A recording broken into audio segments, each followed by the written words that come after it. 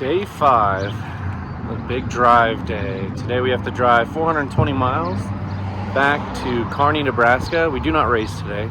God, it'd be just way too much.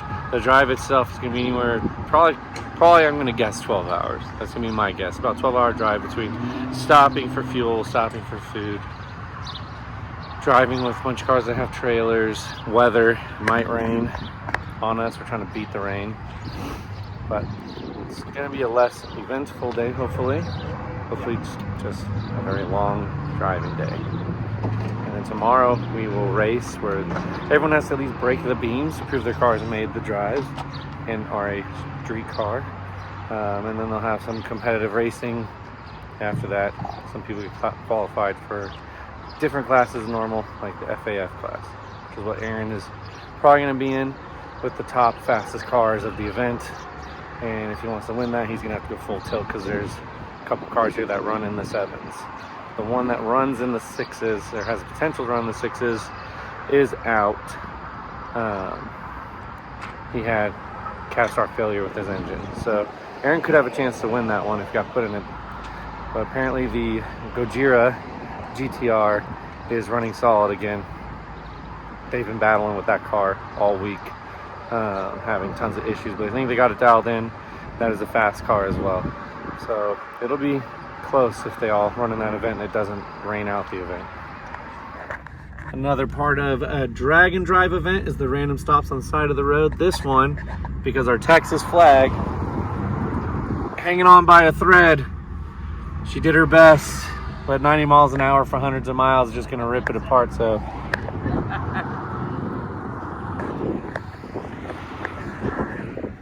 be pulled off on random parts of the road, fixing things. I have had flags last like 3 events. This one was brand new at this event. So we're taking a little break right now. He had a little quick check-in. We're making the drive. It's definitely an easier drive than we thought. We thought we might have to go through the mountain passes again, but we don't. It's mostly just flat road.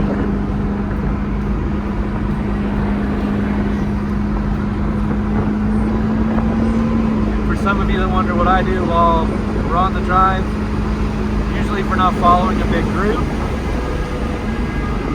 I'll be navigating and have the maps open and stuff. But right now I'm currently doing all the vlogging edits while on the road.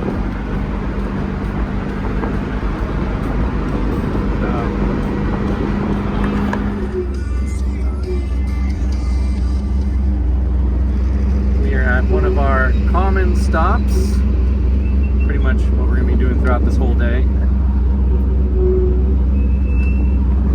Fuel, body brake, snacks, more energy drinks. I'm going to apologize up front if some of the audio is a little off in this video. I'm just using my phone to vlog.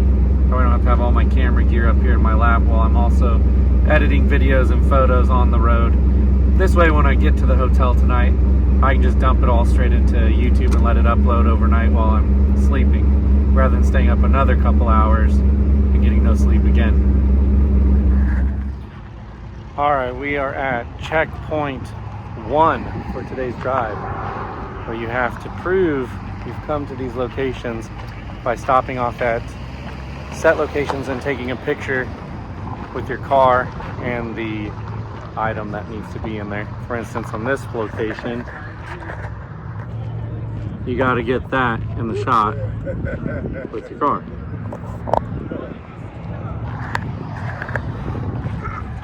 Aaron's really exhausted and he's starting to feel it a lot. It's the first time I've seen him actually starting to struggle a little bit with the drive or racing at all. So right now we're supposed to be stopping off to get gas soon. Maybe we'll replenish some energy there, some drinks, some food, and then keep driving. We still have a long ways to go.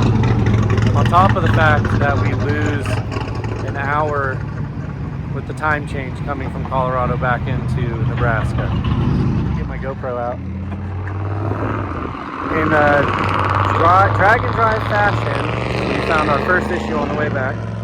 Aaron was smelling fuel. A couple of guys popped the hood and looked under there, and the fuel rail was sprinkling a little bit of gas out of it. So, was it a pinched O-ring? Yeah, his O-ring got cut when I put the fuel rail on last night in the dark. So from last night's issue, when he was working on the injectors and he put the fuel rail back on, one of the O-rings got cut. So he just got that fixed so we wouldn't have a fuel issue, potential fire issue. You don't want to mess with fuel squirting out under the hood of the car, especially when you have big turbos and other things that get really hot and could spark it. That would be really bad. But he said he got it, so we're going to continue on our way. Fuel stop number 2. Issue being pumps only have 87 and 89. We have a trailer filled with some extra fuel. So we're just going to use that to try and get us to the rest of the way to our next checkpoint. Our next checkpoint's 150 miles about. We're getting closer.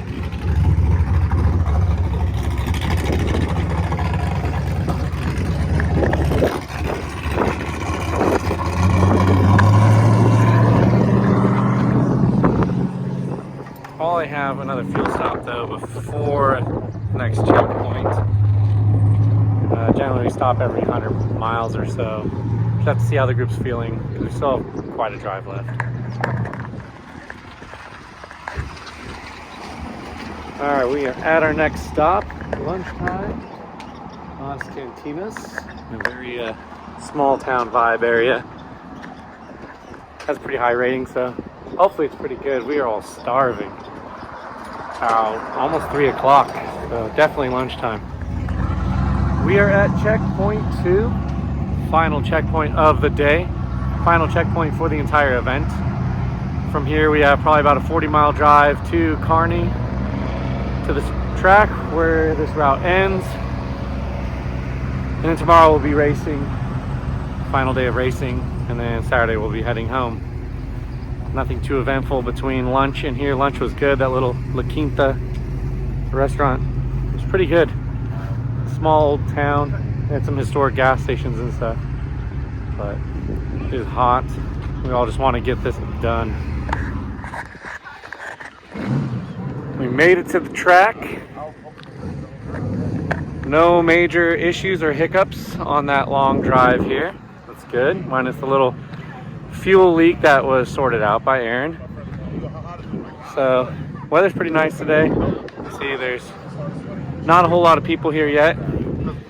So from here we're gonna unload the trailer from the car. We're gonna leave it here with the group we're with. Make it easier to get to the hotel and back. Hopefully getting to the hotel sooner than later. Riding in that hot car makes you all nasty. And then maybe go out to dinner tonight. Not sure what our plan is. I don't have much editing left to do. I got most of it done in the car on the drive. Advantages to having somebody else navigating the car in front of you. But tomorrow we have to come back, break the beams. Once we break the beams, we will have our class. And then after that, they will have some other competitions going on. I believe Aaron's going to get put in the F and F class, or FAF class. Fast as, I'm sure you can figure out the third word. It's like the fastest cars in the whole group. He has potential to win it. We'll just have to see what happens. Weather's supposed to be kind of bad tomorrow as well, so hoping the rain stays away.